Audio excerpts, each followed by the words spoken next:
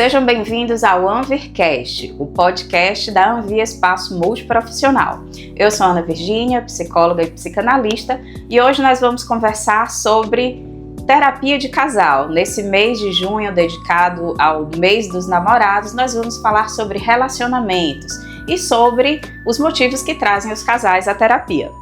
Olá, meu nome é Fernando Pinto, é um grande prazer participar aqui do AnvirCast e trazer sobre esse assunto que é super importante, que é a gente falar sobre terapia de casal.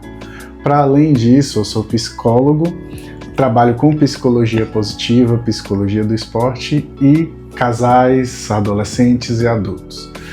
Dentro da perspectiva de casal, a gente tem grandes formas de poder perceber as coisas. As mais diferentes formas e visões de perceber como o casal pode influenciar e viver o relacionamento. E é muito legal a gente ter uma visão que já serve por base, né? A primeira visão que a gente tem das coisas que é por meio da psicanálise. Como é que a psicanálise constrói a relação de casal? Como é que ela vê e percebe as intervenções também em casal? Joia. Bom, a psicanálise, ela trabalha com as questões inconscientes, né? Em como essas questões inconscientes interferem no nosso dia a dia. Na terapia individual, a gente leva sempre a pessoa a perceber aquilo que vai se repetindo na sua vida, quais são as questões inconscientes que estão interferindo no seu dia a dia. Com o casal, a gente recebe aquela relação dentro da terapia de casal.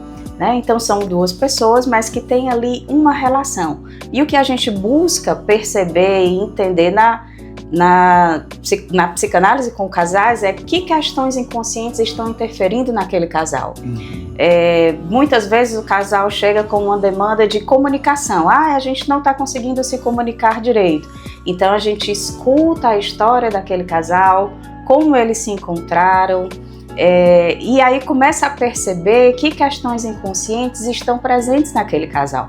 Porque quando a gente se apaixona por uma pessoa, seja por um amigo, por uma relação de amizade, por qualquer escolha que a gente faz na vida, na psicanálise a gente sempre entende que há uma questão inconsciente naquela escolha. Porque eu me dou bem com você, porque algo em você me remete a uma experiência que já foi positiva e eu quero repetir aquela situação positiva com você. Ou se algo que eu nunca lhe vi na vida e de repente eu olho para você e já não gosto. Algo em você me remete a uma situação que eu já vivi e que eu quero evitar essa situação. Então há sempre uma questão inconsciente presente nas relações. Então no casal a gente procura entender que dinâmicas estão se repetindo. E quando a gente faz essa escolha, como eu digo, a gente traz as questões inconscientes, né? Então eu trago as fantasias das minhas relações anteriores, eu trago os medos das relações anteriores, eu trago as idealizações. E muitas vezes um casal não se entende bem porque ele está se relacionando com o outro pensando numa idealização. E quando ele encontra a pessoa real, então fica difícil de amar. E aí a nossa grande questão é: você está se relacionando com essa pessoa ou você está se relacionando com uma idealização dela? Você consegue amar essa pessoa presente e real? Então é essa pergunta que a gente sempre faz, e caso a resposta seja positiva, sim, eu construí uma história, ainda que eu tenha vindo apaixonada por uma idealização, mas comecei a conviver e a conhecer essa pessoa, e aí eu quero sim, vi que tem dificuldades, mas eu quero sim permanecer com essa pessoa. Então como que a gente vai construir essa nova relação livre das idealizações? Legal. Então seria esse mais ou menos o nosso trabalho com a psicanálise. Fernando, e na tua experiência, o que traz os casais à terapia? Então, tem muitas demandas que permeiam esse caminho, né? Eu gosto muito de trabalhar com os casais, inicialmente pensando em esferas. Então, a gente tem a esfera do casal, né, que é parte de uma esfera social. A gente tem a esfera pessoal, que é cada um deles como indivíduo. E a gente tem a questão financeira e a questão profissional. Que normalmente as pessoas tendem a pensar em o quê? A gente separando todas essas coisas, a gente consegue resolver a nossa vida. Mas beleza.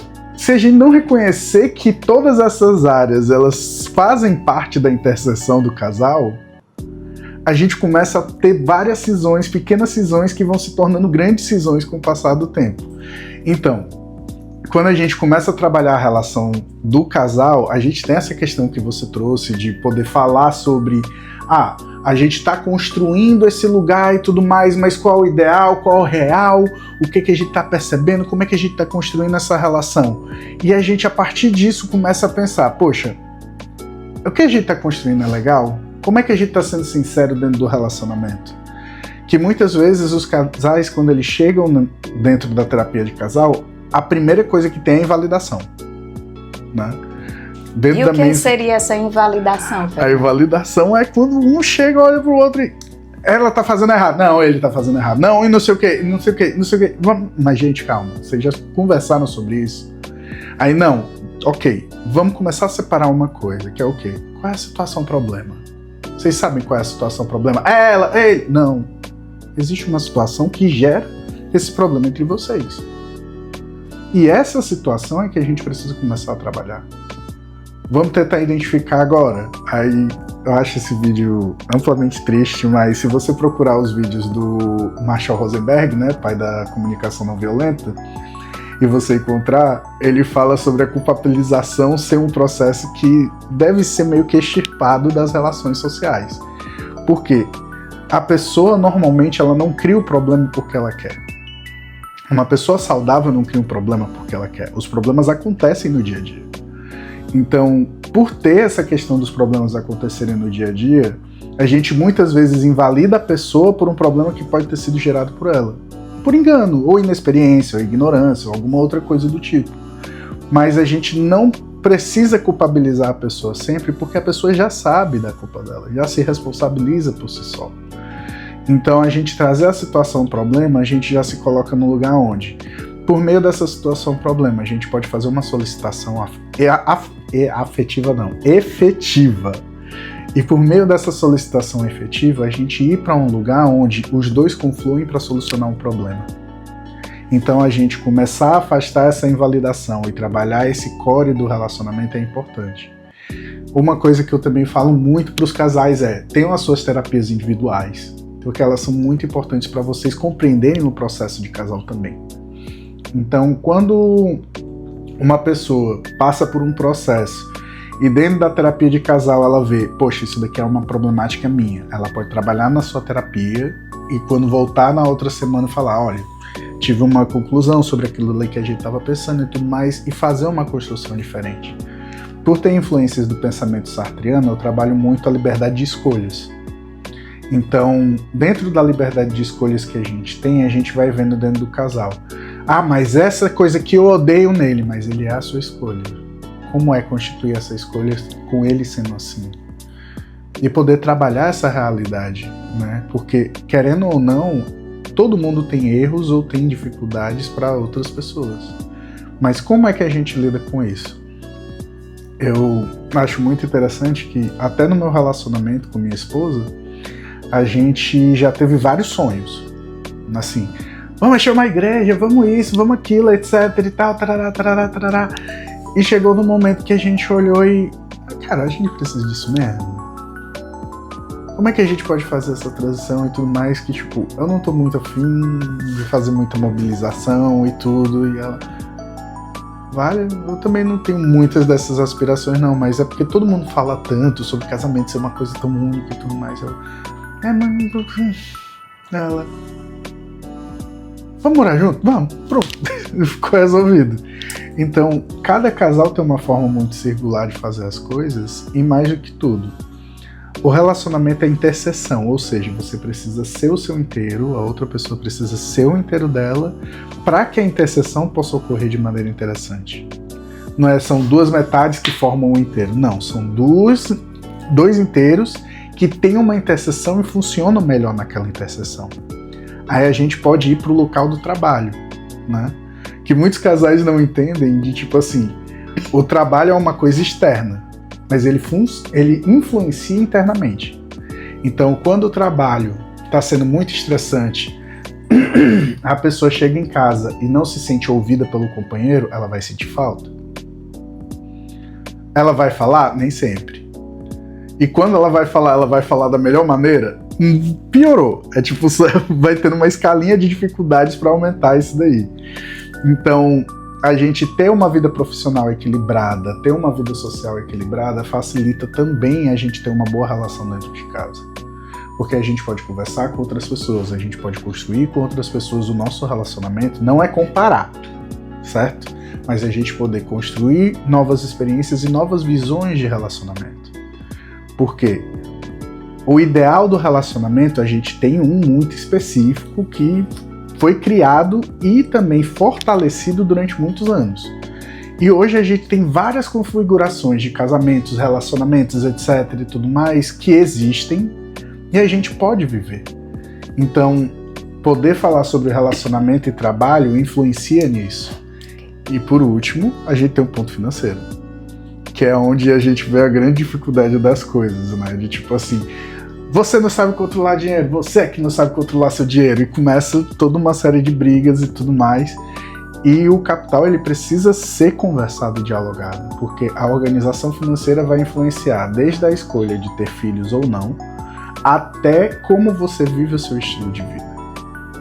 Então, trabalhar todas essas esferas dentro de uma relação de casal, tanto de forma acolhedora, como de forma a reconhecer o poder pessoal de cada um, é muito importante para que o casal possa compreender que, ok, a gente está numa relação, essa relação consegue seguir em frente, essa relação precisa ter uma pausa, precisa ter um afastamento.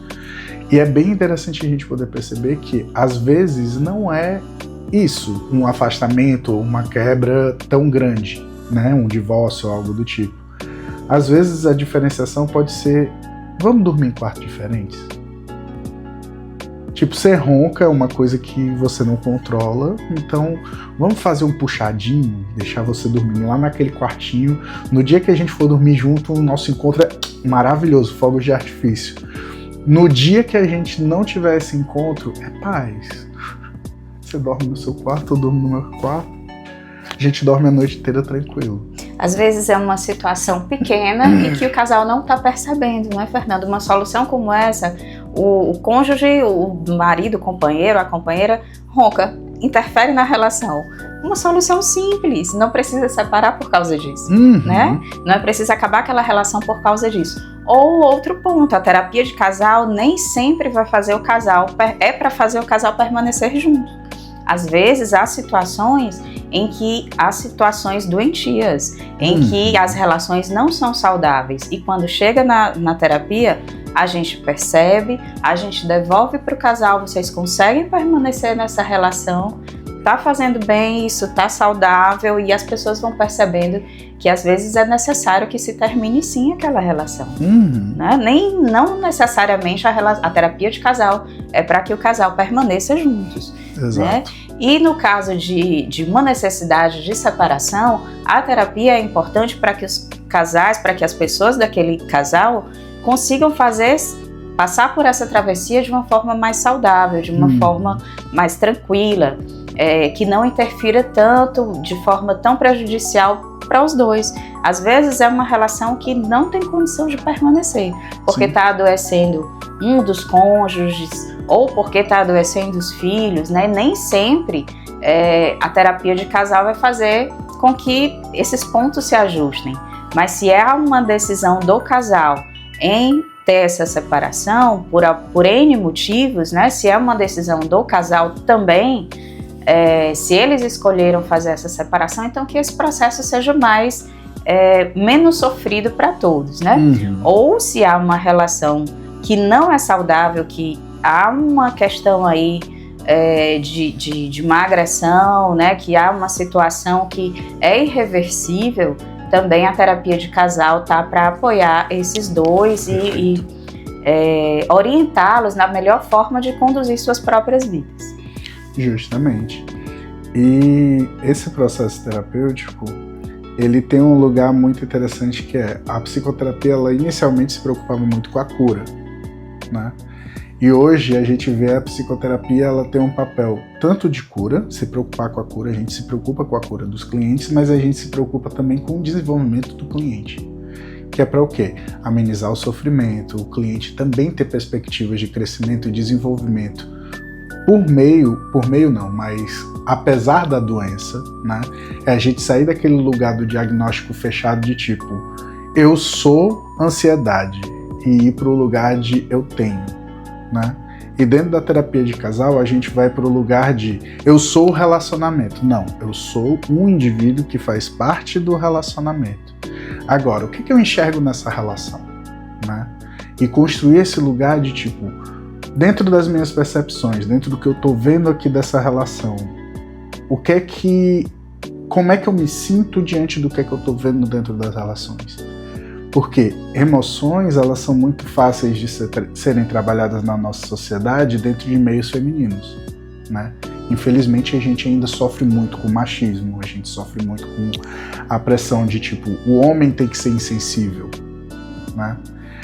E a gente chega num lugar muito interessante, que é quando você conhece um homem emocionado. Eu já ouvi até eu achei muito engraçado. Fernando, não é querendo te ofender, mas tu é piegas nas coisas que tu faz dentro do relacionamento. Eu fiquei... mas até onde isso é um elogio? Até onde eu devo me sentir ofendida? Eu não sei, isso daí tu escolhe. Mas, tipo, é muito engraçado se relacionar contigo, porque tu tem essa questão desse desejo, tu demonstra esse desejo e às vezes é desconcertante. E romper com o que a sociedade talvez espere de você e fazer o que lhe faz feliz. Eu sou feliz enquanto homem em demonstrar meu sentimento para minha esposa, em estar feliz. Esse casal está feliz nessa forma de se relacionar. Exato. Então você não deve dar uma satisfação para a sociedade que exige que você seja insensível, que você não chore, que você não demonstre sentimento. É importante para você e para sua esposa e para sua mulher estarem bem nessa forma de relacionamento. E esse é o lugar legal das relações, o lugar inventivo, o lugar adaptativo, o lugar criativo da relação. Porém, qual é o lugar que reina hoje? O lugar engessado. Comecei a namorar, beleza, aí às vezes tem pessoas assim que eu até conheço, de tipo, existe um planejamento, 1 ano é pra ver se o relacionamento dá certo, 2º ano tem que noivar, 3º ano tem que casar, e por aí vai. E fica, poxa, mas o relacionamento funciona assim, tem que ter prazo, tem que ter data, isso é uma empresa, não é exatamente um relacionamento.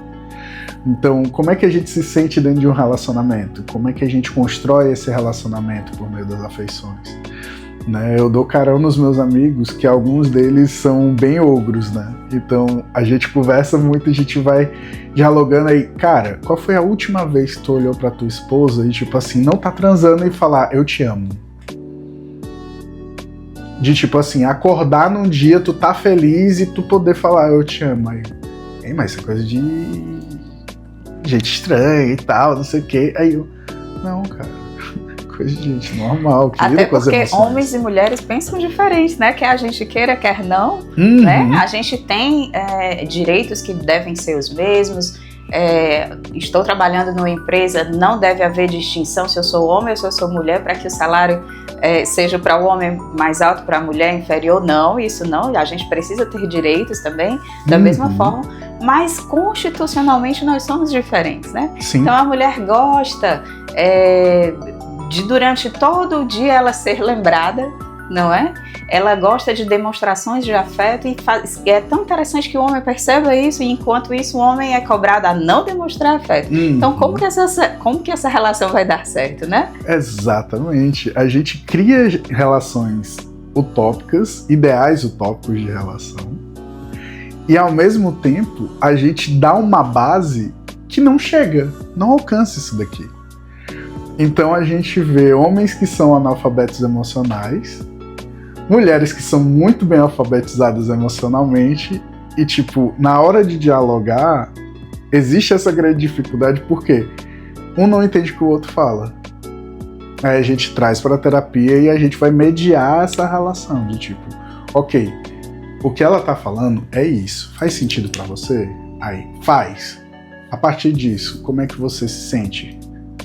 Eu acho super interessante que muitas vezes no início do processo terapêutico, né, as mulheres trazem muitas emoções e os homens raiva, medo, felicidade. Só. Tipo, no meio do processo aí a pessoa, isso daqui é raiva, mas menos raiva do que naquela hora. Ok, como é que a gente dá nome para menos raiva aí?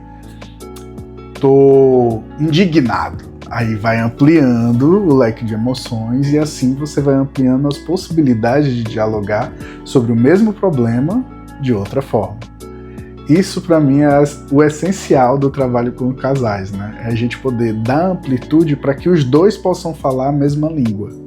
Ou então, mesmo que não falem perfeitamente a mesma língua, mandar aquele embromation que os dois consigam entender as mensagens que estão sendo passadas. Bom, Fernando, é uma infinidade de assuntos quando a gente trata sobre casal, né? Sim. Quando a gente atende uma pessoa de forma individual, é uma infinidade de situações. Imagina quando nós unimos duas pessoas e trazemos para a terapia. Mas o que a gente tem percebido aqui é que é sempre no diálogo, né? O ser Sim. humano se entende na fala, na conversa, em dar significados, né? Então, a importância de trazer todas essas questões, são questões inconscientes que interferem no nosso relacionamento, e que eu preciso me conhecer para saber se essas questões não estão interferindo, né? Se essas questões não estão... às vezes tem a presença da família também que interfere na relação, é uma infinidade de assuntos. Sim. Né? Então a importância de trazer para a terapia. E só vem para a terapia quem está passando por um processo difícil? Não necessariamente, né? Você pode vir e entender um ponto do seu relacionamento, entender a sua relação. Porque quanto mais a gente se expressa, quanto mais a gente conversa, quanto mais a gente dialoga, mais humanos nós somos, mais saudáveis nós somos. A gente deixa de partir para a atuação, em vez de partir para a briga com o Fernando, para deixar de falar com o Fernando, para deixar de competir com o Fernando, para enfim, né, causar uma situação na atuação, para eu sentar com o Fernando e conversar e resolver no diálogo. Isso, quanto mais a gente faz isso, mais humanos nós estamos sendo, mais evoluídos nós estamos sendo. Exatamente. A gente parte do campo animal para a gente partir para o campo humano, né? Para o campo das relações, das construções, dos encontros. De fato que para isso nós fomos feitos, né? O ser humano foi feito para os encontros, a gente não foi feito para se isolar. Até aqueles que na religião partem para uma vida de eremita, né? Vão para o deserto, né? A gente diz aquele lá partiu para se isolar. Na verdade, ele faz para uma forma de oferta para as relações humanas, né? Então, o ser humano foi feito para as relações. Perfeito. Então, hoje nós falamos um pouquinho sobre esse grande universo que são as relações amorosas.